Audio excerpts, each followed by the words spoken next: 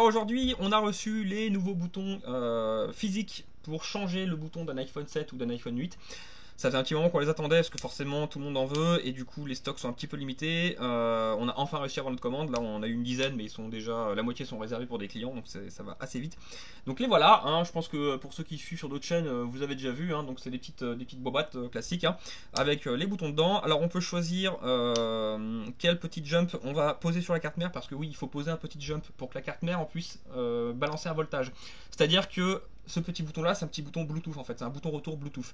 Donc faut pas rêver, hein, c'est pas quelque chose de miraculeux ni quoi que ce soit. Il faudra que le Bluetooth soit toujours activé sur votre téléphone si vous voulez que ça fonctionne. Ça c'est le point malheureusement faible du système parce que forcément on va consommer un petit peu plus parce que le Bluetooth doit toujours être activé. Si on met le téléphone en mode avion, plus de bouton. Donc ça c'est un petit peu embêtant. Et aussi si on reset le téléphone, si on le restaure, eh bien il faudra resynchroniser le bouton en Bluetooth. Bon c'est pas bien compliqué mais il faut le savoir, c'est important. Donc bref, on se retrouve donc avec un petit bouton physique qui est relativement bien fait, hein, franchement c'est assez propre, c'est vraiment on dirait de l'original quand on regarde à l'œil. Après forcément le système en lui-même c'est du Bluetooth, hein, donc il n'y a rien de miraculeux. Il faut donc poser le petit jumper qui va forcer la carte mère à activer un voltage, donc du 4 volts, pour pouvoir alimenter le bouton. Et du coup après on pose le bouton et puis ça fonctionne. Donc on va essayer. Et on va voir un petit peu. Donc je crois que je dois avoir un 8 moi qui traîne quelque part, qui est un client. Et du coup on va voir un petit peu ce que ça nous donne. Voilà, donc j'ai sorti le bouton du petit boîtier et on peut s'apercevoir vraiment à l'œil que c'est un bouton vraiment presque original. La seule différence notable à l'œil, ça va être le système de composants qui est ici, qui est un petit peu différent parce que là on a un système Bluetooth, on n'a pas le système classique on va dire. Mais au moins on a le système métallique qui permet vraiment de fixer le bouton à l'écran et donc au châssis convenablement. Ça va arrêter de se balader comme les anciens boutons, ça c'est plutôt pas mal. Donc on va essayer. Et après forcément bien on a un bouton qui clique en fait, hein. C'est un petit interrupteur à l'intérieur, un petit switch. Et quand on clique forcément on sent le petit clic. Franchement il est assez agréable, donc il est bien fait pour ça, il n'y a pas de problème. On sent que c'est quand même de la bonne qualité, donc c'est vraiment bien. On va le poser sur un écran. Donc voilà, j'ai posé mon bouton sur mon écran. Hop, je suis désolé la caméra ça se verra peut-être pas trop mais vous savez changer un bouton en général, hein, c'est pas bien compliqué dans le principe. Je le branche. Voilà, alors hop c'est bon, donc là je l'ai bien branché. Je ne mets pas encore les vis pour l'instant, on va juste faire un petit test pour savoir si le bouton retour fonctionne correctement. Je vais donc prendre le téléphone. Hop. Et je vais poser le petit système sur la carte mère. Donc je vais switcher sur le microscope.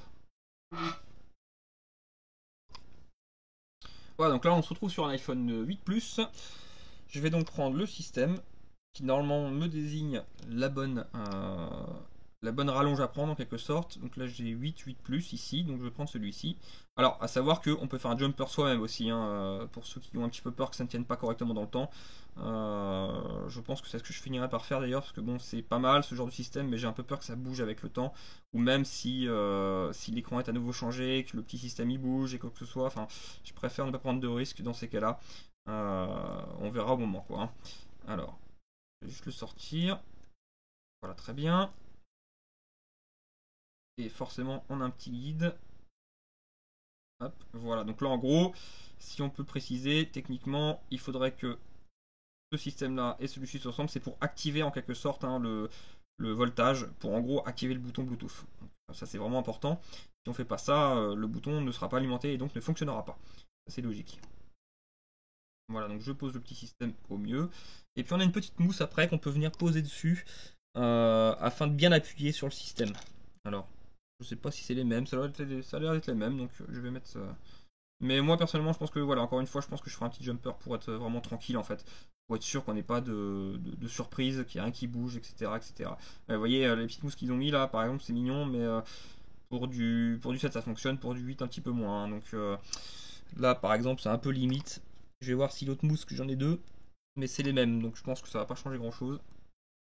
Ouais, voilà, donc là c'est un peu rigolo quoi. Hein. Ils nous mettent un petit bout de mousse et puis débrouillez-vous avec ça les gars. Et puis voilà, donc je pense que je vais faire un jump manuellement, ça va être aussi bien.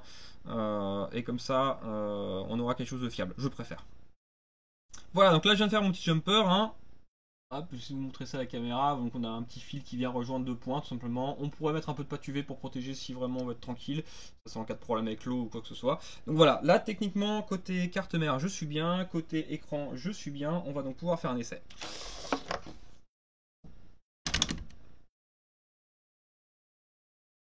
Alors je vais brancher l'écran. Du coup la nappe bouton.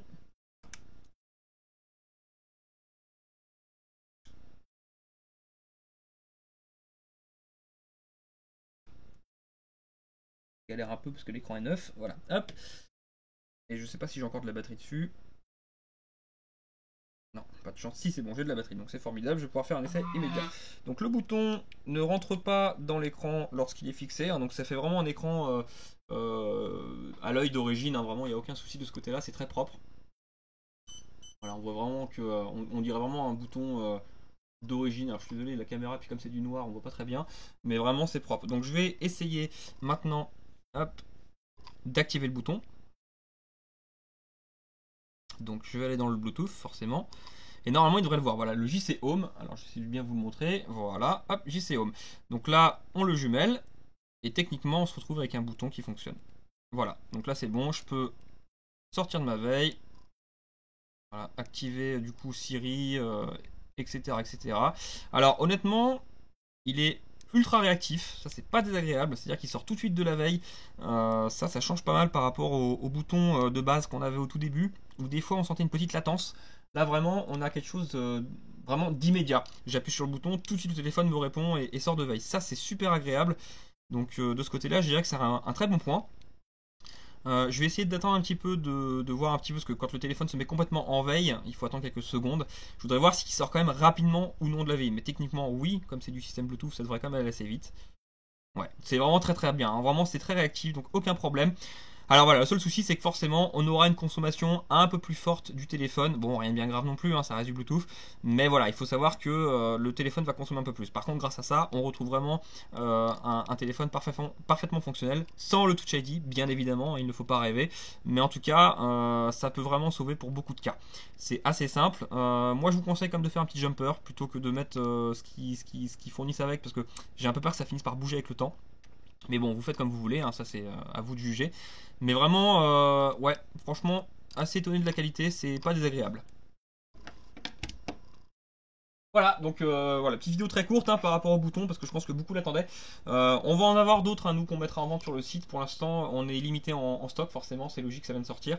Mais ça va gentiment se décanter, et donc si besoin, on en aura. Donc ça, c'est pas mal. C'est vrai que l'avantage, c'est que si on coupe le bouton en changement d'écran, ou quelqu'un d'autre, ou un client qui nous dépose le téléphone, et que la réparation du bouton est soit impossible, soit coûte trop cher, on met un petit système comme ça sauve la mise, et tout le monde est content.